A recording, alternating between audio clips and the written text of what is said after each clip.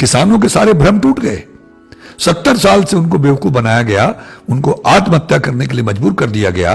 तो मेरी प्रार्थना है, ये सारी बात कहने का मकसद ये था कि जब भी कोई तानाशाह, जब भी कोई अहंकारी नेता आपको आदेश दे तो आप हुक्म के गुलाम मत बने, अपने दिमाग को इस्तेमाल करें।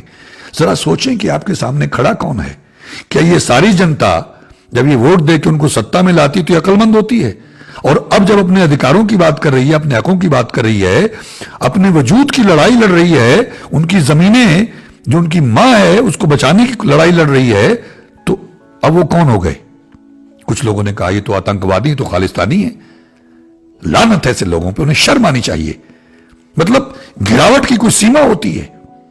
इतने सारे लोग वहां बैठे हुए हैं, कुछ लोगों ने यह लिख दिया कि और किसानों को तो प्रॉब्लम नहीं है, पंजाब के किसानों की प्रॉब्लम क्यों है?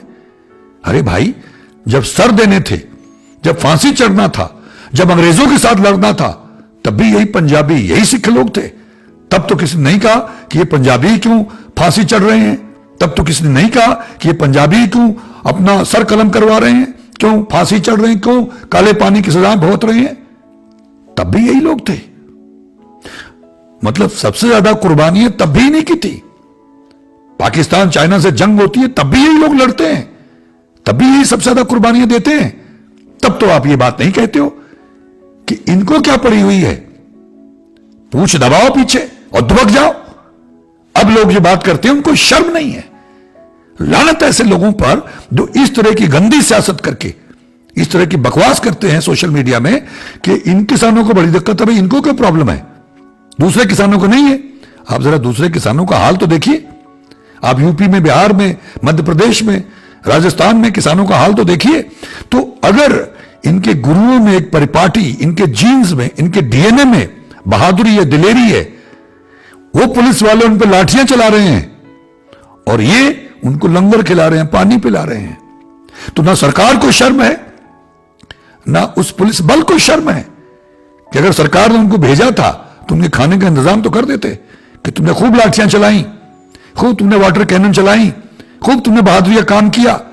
मैं समझता हूं कि हमारे हर जवान को शर्म से अपना सर झुका लेना चाहिए कि तुम अपने अन्नदाताओं को, तुम अपने मालिकों पर ये अत्याचार करते हो, तुम्हें शर्म नहीं आती है।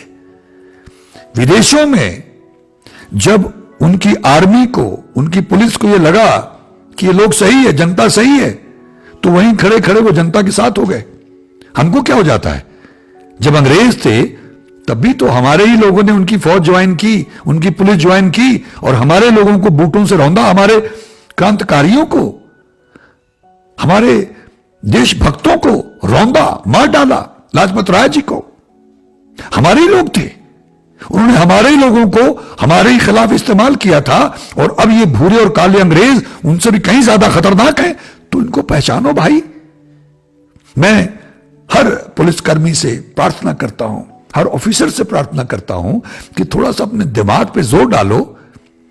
आईएएस ऑफिसर से प्रार्थना करता हूं जिनको ये जिम्मेदारी दी जाती है, जरा सोचिए, अगर कल बात की जा रही है फौज को बुलाने की, तो फौज के फौजियों को, अफसरों को सोचना चाहिए कि यह गलत कौन है और सही कौन है। अगर एक आदमी, कोई भी हो, कोई नेता हो, हमारे यहां तो एक चपरासी के लिए तो क्वालिफिकेशन चाहिए, लेकिन राष्ट्रपति बनने के लिए, प्रधानमंत्री बनने के लिए, मुख्यमंत्री बनने के लिए कोई क्वालिफिकेशन की जरूरत नहीं है। ये दुर्भाग्य हमारे देश का, इसीलिए हम आज इस कगार पे खड़े हुए हैं, तबाही के दाने पे खड़े हुए हैं।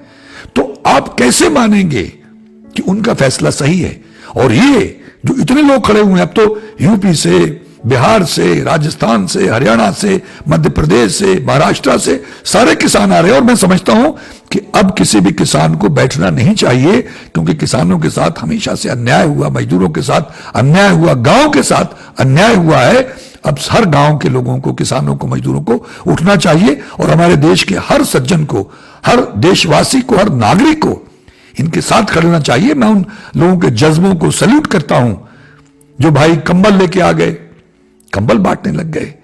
एक बच्ची चाय लेके आ गई इतना ही है कि वो बेचारी चाय बना सकती थी तो चाय लेके आ गई उनके लिए।